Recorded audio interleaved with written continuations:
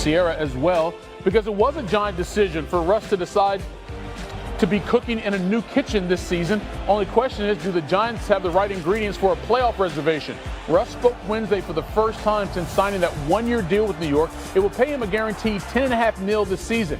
And after playing the first 10 years of his career in Seattle, the Giants will be Russ's fourth team in the last 5 years.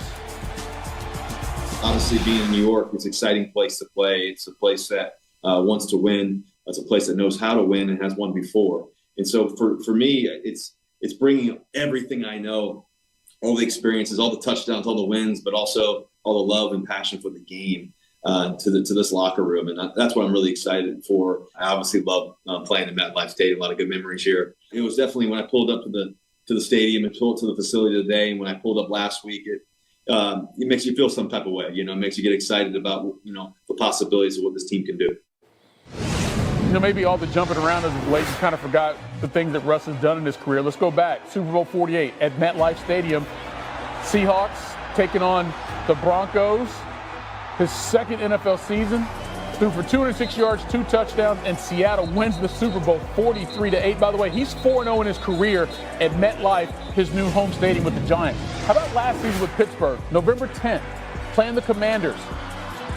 With a deep ball to Mike Williams in the fourth quarter. The Steelers trailed by 10 in that game. He went 14 for 28, threw for 3 scores, and they get the 1-point win, 28-27, over the Commanders. And then December 1st in Cincinnati, maybe his best game as a Steeler. Threw for more than 400 yards, just the third time in his career. He had 3 touchdowns, completed 76% of his passes, and the Steelers got a big win, 44-38. But it's all done. He's headed to New York. So, with Russ finding that new home with the Giants, the Steelers still seem to be waiting for Aaron Rodgers to respond to their texts and DMs. It's been more than 2 weeks since Pittsburgh first shared interest in the 4-time MVP, but as usual, Rodgers seems to be in no rush to make a decision on his future with any team. So instead, everyone else gets asked about him, including Cam Hayward, who had to clarify some early remarks he made about Rodgers potentially coming to Pittsburgh. I was asked the question of, would you go to the lengths of going to a darkness retreat to recruit Aaron Rodgers? I said, I'm not doing that. The pitch is, if you want to be a Steeler, be a Steeler. When I look at our team right now, it would be really cool to have a guy like Aaron Rodgers. But, I can't be the guy who gets it over the finish line. I think he's got to make those decisions for himself. But, excited to see what happens. Let's turn our attention to the NFL and talk about J.J. McCarthy. This is where we stood last week with our insider Jonathan Jones talking about the Vikings rejecting trade offers, telling teams they move forward with team as their quarterback. But there's a guy named Aaron Rodgers, 4-time MVP, that's kind of hanging out there. We all know J.J. McCarthy actually broke his silence with Kay Adams talking about his role in the team. Second-year quarterback says Minnesota hasn't assured him of the starting gig this season, and he actually was okay with it, says that he needs to earn it. I'm paraphrasing here. But maybe it is not the job because Aaron Rodgers is indeed floating around. Vikings GM Kwesi Adolfo-Mensah asked about the former Jets quarterback today. It's our job as a personnel group to make sure we're aware of every potential option. And again, we're trying to make sure we solve for scenarios that we don't know could possibly happen. We want to make sure that there's competition in the room to make sure that, if you remember last offseason when JJ and Sam were really competing, that brought the best out of both of them. And so you want an environment that's like that, a supportive environment to also just challenge each other but grow and learn and all those different things. And so we're trying to solve for a lot of different things at once. And, from all those conversations comes a list of names and maybe an order and an intentional plan on how to best solve for those things. So, a player like him, he's always going to be in those conversations. But, from our delineations at that time, we're happy with where we are going forward. But, obviously the caliber of player and just, all our situations, we had to make our considerations.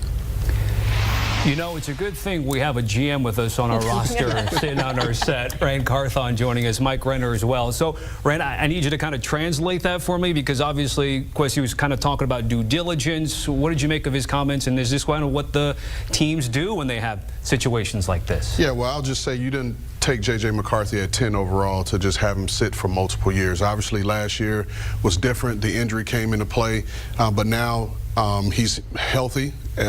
what we believe, because only Minnesota knows where his true health is. But he's ready to go, and I think they will commit to him to be their starter. Don't necessarily need Aaron Rodgers right now to be the backup, and you got guys like Carson Wentz, who has history in that Rams offense, which is what Kevin O'Connell runs.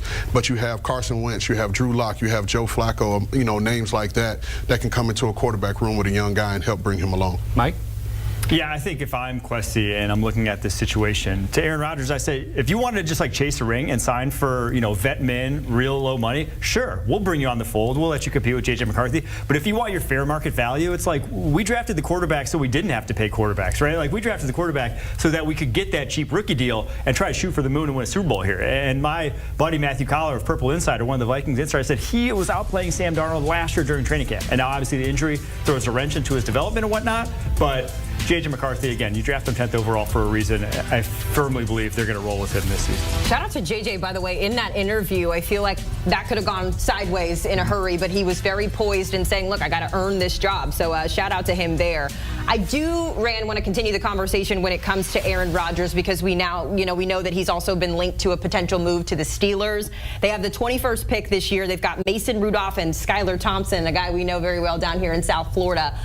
When it comes to Aaron Rodgers from the front office perspective, what's the hesitation? Because you know what you get with him on the field. You know for the most part what you get with him off the field there. Why has this become such a stretched out talking point this offseason? Well, I think you have to know what you're getting. And if you haven't been in a building with Aaron, you don't know what you're getting from him. You can go with the speculation and what you've heard, and what you've seen on the documentaries and things like that. But you have to understand and know the person, especially at that position, because that is one of the most key positions in the league. And again, we're talking a 40-plus-year-old quarterback, which you can't commit to long term. So at some point, you're going to have to address that position. And then a guy like Aaron Rodgers, who's been a starter, who's been the face of the franchise everywhere he's gone, is he willing to sit behind a young guy? And then you also have to think ahead. What does that do to the young guy, knowing if I don't play well, the fan base and everyone behind me is aiming for the next guy to come up? Yeah, I think just because it's a necessity, just because it's kind of like last man standing, doesn't mean that's where you have to go if you're the Pittsburgh Steelers, right? You don't just have to sign the vet just because you have that opening. There are a bunch of quarterbacks in this draft. We really only talk about the top two, but it's a loaded day two in terms of quarterbacks. So if you're the Pittsburgh Steelers, you could do a one-year rental with Aaron Rodgers, or you could just say we're really looking forward to the future and turn your attention to the draft. And they are my dark horse to trade up for one of these quarterbacks. Ooh, okay. Picking at 21, we've got him maybe trading up. That's what pays off to have a GM on your side. Well, I was going to say, because some draft prognosticators had maybe Jackson Dart there coming into the late first round with that pick, but that could be a move that we see there. Speaking of moves, Shedeur Sanders has been interesting because early in the draft process, Mike, he was linked to Vegas at 6 and then make the Geno Smith move, and all of a sudden he's slotted to 3. And yet Joe Shea and company start making moves where they have not one, but 2 veteran quarterbacks in Jameis Winston and Russell Wilson, and yet there's talk of that